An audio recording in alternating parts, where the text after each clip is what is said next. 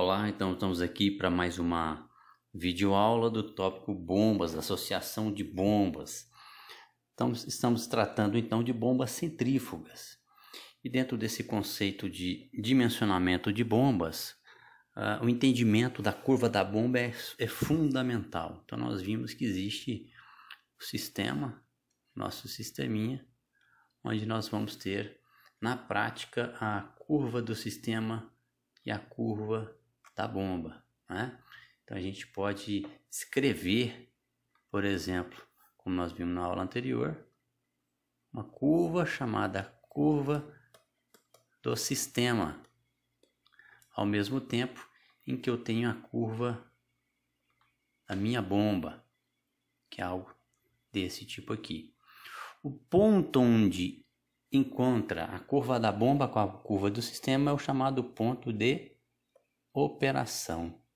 Então aqui, né, eu tenho a altura manométrica fornecida pela bomba e também exigida pelo sistema, e aqui eu tenho a vazão do sistema, né? Por exemplo, aqui metro cúbico por hora, litros por segundo, expressar, desculpa, isso aqui em metros, por exemplo.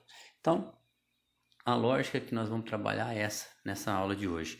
É o levantamento da curva do sistema e o levantamento da curva da bomba. Como é que isso é feito? Vamos entender como que se faz isso na prática, para que a gente possa, de fato, compreender o que significa fisicamente esse fenômeno, né? Vamos imaginar um sistema com bombeamento, como, por exemplo, esse ilustrado nessa figura, onde eu tenho aqui um sistema de bombeamento que trata, então, de bombas centrífugas. Seria um aparato experimental, né, que pode ser utilizado, por exemplo, em laboratório. Então eu tenho aqui, imediatamente após, né, a saída da bomba, no bocal de descarga da bomba, eu tenho aqui imediatamente antes da entrada da minha bomba no seu bocal de sucção. Se eu adiciono aqui dois sensores, na verdade duas mangueirinhas que eu posso colocar aqui, por exemplo, presa a um sensor aqui, um sensor do tipo digital, que é um sensor diferencial, que conecta-se a uma placa de aquisição, que conecta, por exemplo, a um computador, e eu posso coletar essa informação, ou posso olhar num visor diretamente aqui e medir a diferença de pressão imediatamente antes e imediatamente após a bomba. Isso aqui então vai me dar uma relação ΔP, certo? Ao mesmo tempo, eu posso controlar a vazão dessa bomba através de um sistema de válvulas, né? Eu posso controlar por uma válvula aqui, eu posso controlar por uma válvula aqui. Tem mais de uma maneira de fazer esse controle dessa vazão, certo? Então, nós seguindo a mesma lógica da aula anterior. Então, imagine que você começa, por exemplo, com a vazão máxima, todas as válvulas abertas. Então, eu vou ter uma certa vazão de água que vai passar por dentro da minha bomba, vai subir nesse meu sistema, né? Imaginando, por enquanto, eu trabalhando só com uma bomba. Então, essa outra válvula, essa outra bomba, todas as válvulas estão fechadas. Então, não tem como a água ir para lá. Então, a água vai subir aqui, vai fazer esse caminho e vai descarregar, né? Eu posso ter um sensor aqui, um rotâmetro, por exemplo, aqui, um rotâmetro, né? Um medidor de vazão aqui do tipo rotâmetro, onde eu meço, por exemplo, a minha vazão. Então eu vou ter a queda de pressão medida por um medidor diferencial aqui, né? Um transdutor de pressão diferencial, com a medida anterior e posterior à bomba, né? Antes do bocal de sucção, após o bocal de sucção, eu tenho uma queda de pressão. Para essa queda de pressão, ou seja, para uma determinada abertura de válvula, eu meço aqui a minha vazão, eu tenho mais um ponto. Após essa medida, eu abro, ou, aliás, eu fecho um pouco essa válvula e meço uma outra queda de pressão, uma outra vazão. Faço isso para vários pontos, vários pontos. O que eu vou obter disso é exatamente uma curva com essa cara aqui, né? Então eu estou levantando essa curva aqui, eu achei vários pontos, cada ponto desse que eu achei aqui, uma relação de H versus Q. Mas você falou que estava medindo queda de pressão, e aqui é H, tudo bem, aqui está expresso em termos de centímetro, né? Eu posso simplesmente pegar a minha queda de pressão lá, que eu medi, por exemplo, uma unidade qualquer lá, divido pela ρg. Vai me expressar em comprimento. Ok? Certo, então nós vimos como obter aqui a curva de uma bomba. É um procedimento bem simples. Agora nós vamos ver como fazer o levantamento da curva do sistema. Também é bastante simples. O que vai mudar para o levantamento da curva do sistema? Olha só, para levantar a curva do sistema, vamos fazer uma coisa aqui um pouco diferente. Seguindo aquela lógica que eu já mostrei na aula anterior, né, quem não viu a aula, que acesse aí a aula anterior, nós percebemos o seguinte: para se levantar a curva da bomba, que é essa curva que nós levantamos aqui, eu tive que alterar o sistema. Então, quando eu fecho uma válvula, como eu ilustrei aqui, eu venho aqui e fecho um pouco essa válvula para coletar uma vazão mais baixa. Fecho mais um pouco para coletar uma vazão mais baixa. Ao fazer isso, eu estou alterando a curva do sistema. Então, na prática, o correto para que eu faça uma medição adequada agora, para levantar a curva, agora eu quero levantar uma outra curva, a curva H, ΔP versus vazão de novo, só que agora eu quero do sistema, eu não quero mais da bomba. Então, não vou fazer uma medida imediatamente antes e imediatamente após. Eu vou fazer uma medida do sistema. Então, eu posso pegar, por exemplo, uma medida no início e uma outra medida no final do meu sistema, onde eu estiver considerando o meu sistema, né? Depende de onde você considera o seu sistema, onde é que está seu sistema iniciando, onde é que ele termina, né? Posso terminar meu sistema aqui, não importa. O que importa é que eu vou ter então uma medida de pressão aqui, vamos supor que eu tenho aqui e aqui. De novo, medidor de pressão diferencial, tá ok? Ao invés de eu abrir e fechar a válvula, agora não posso porque isso altera o sistema, mas eu tenho que alterar a vazão. Como é que eu faço? Eu vou usar um sisteminha, um inversor de frequência. É um equipamento que está ligado no motor elétrico, e esse motor elétrico então está com a fiação aqui ligada no sisteminha, que é um inversor de frequência. Esse inversor de frequência vai permitir alterar a rotação da bomba. Então eu vou trabalhar com várias rotações diferentes, e alterando a rotação da bomba eu altero também a vazão da bomba.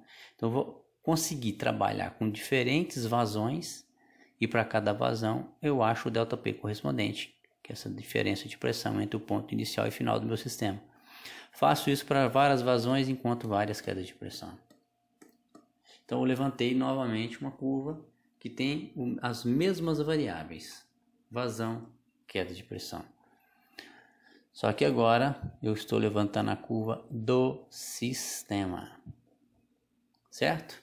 Com a curva do sistema e com a curva da bomba, eu posso achar o meu ponto de operação. Então a curva do sistema, ela depende de todo o caminho, das dimensões do seu sistema. Eu posso obter essa curva do sistema, como eu vi na aula passada, de forma teórica. Nós vimos isso na aula anterior, como obter essa curva de forma teórica, né? Basta você olhar, por exemplo, para esse ponto que a gente acabou de destacar aqui. Vamos supor que aqui seja o meu ponto 1 e aqui seja o meu ponto 2. Como é que eu levantaria essa curva teórica? Basta você aplicar Bernoulli, né? Você vai pegar então energia no ponto 1 mais o que a bomba fornece é igual a energia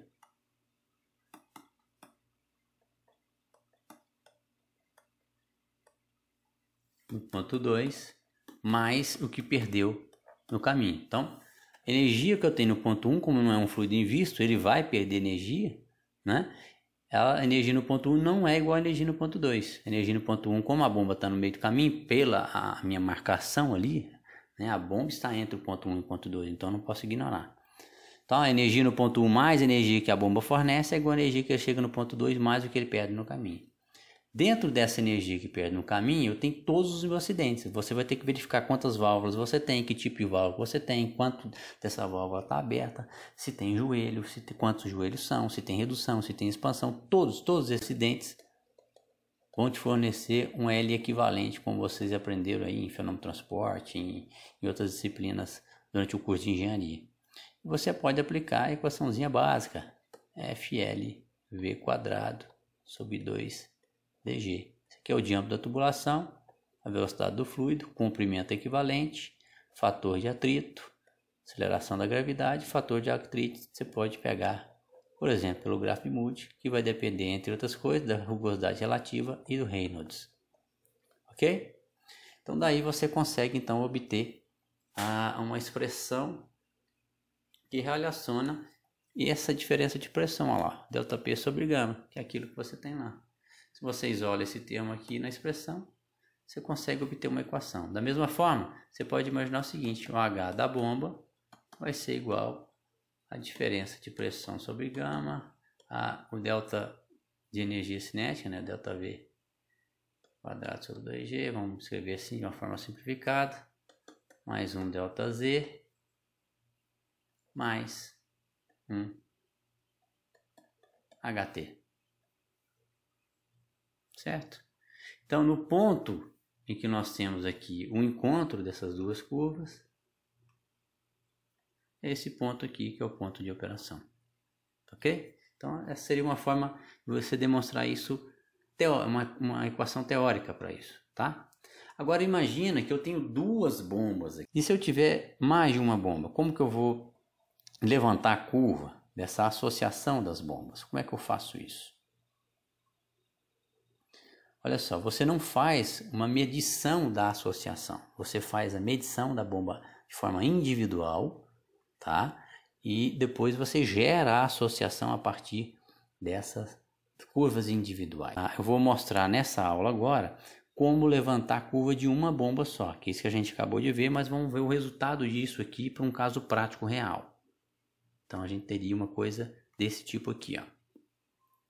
Então vamos supor que aquelas medições que nós fizemos de queda de pressão e vazão são essas aqui listadas por uma única bomba. Então medir lá a vazão mais alta, como eu falei inicialmente, aqui 190 litros por segundo, por exemplo, um ΔP de 138 centímetros de água.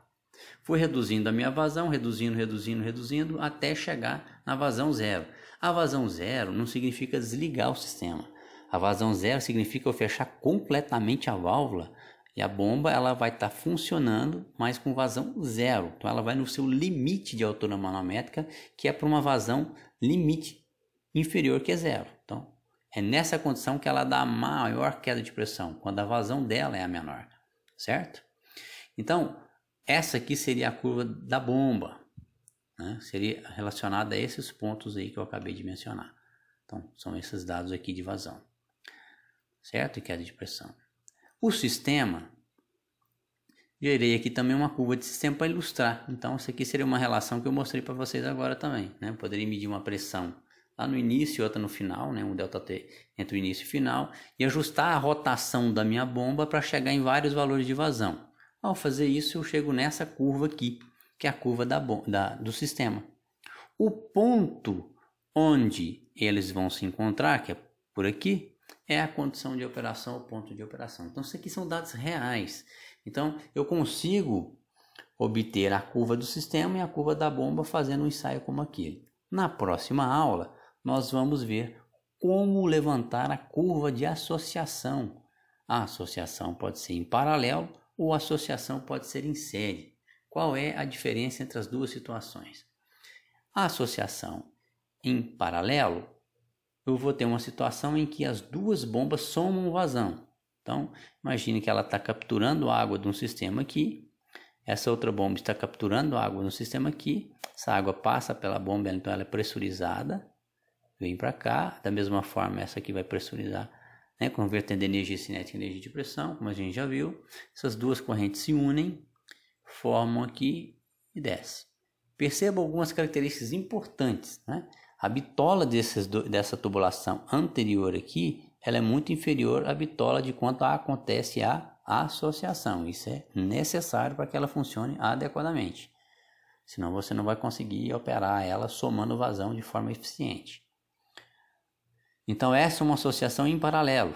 Então as bombas estão somando vazão, tá ok? A gente vai ver o que significa isso numa próxima aula aqui, tá? Na próxima aula. E como seria a associação em série, então, para esse sisteminha aqui? A associação em série para esse sisteminha é bastante simples também, tá ok? Vamos lá. Associação em série o que tem que acontecer é o seguinte, vamos imaginar a seguinte situação. A água vem por essa bomba, né? Ela está sendo succionada aqui, ela vai ser então pressurizada. Ao invés, veja bem, ao invés dessa água vir aqui fazer esse caminho, eu fecho a válvula aqui, impeço que essa água atravesse para lá. Então o que acontece? Eu abro essa válvula aqui, isso obriga a água a fazer isso, ó. Só que essa aqui também está puxando a água que está indo aqui. Então as duas se encontram nesse ponto aqui e vem e alimenta essa bomba. Venho para cá. E aí, como essa bomba aqui anteriormente não conseguiu atravessar aqui, porque aquela válvula estava fechada, então percebe então que a gente fechou essa válvula e bloqueou a água. Então a água veio aqui, ela não conseguiu subir, ela fez o caminho alternativo para cá. Essa outra ela conseguiu alimentar por aqui, as duas somam, vem aqui, e aqui então essa associação vem e descarrega aqui. Nessa situação, perceba que apesar desse ponto aqui ser um ponto em que as duas bombas estão conectando correntes, isso não é problema, tá? Porque na associação em série, eu quero somar altura manométrica, eu não quero somar vazão. Até porque que a vazão sai de uma bomba passa pela outra, então não tem como você somar a vazão, você soma a altura manométrica. Na situação em que você tem então paralelo, você vai somar vazão. Na associação em série, você vai somar altura manométrica, certo? Nós vamos ver esse detalhe então na próxima aula de como obter a curva da associação em paralelo, como obter a curva da associação em série. A curva da bomba operando de forma isolada, nós vimos nessa aula de hoje como obter. Ok? Obrigado, até a próxima.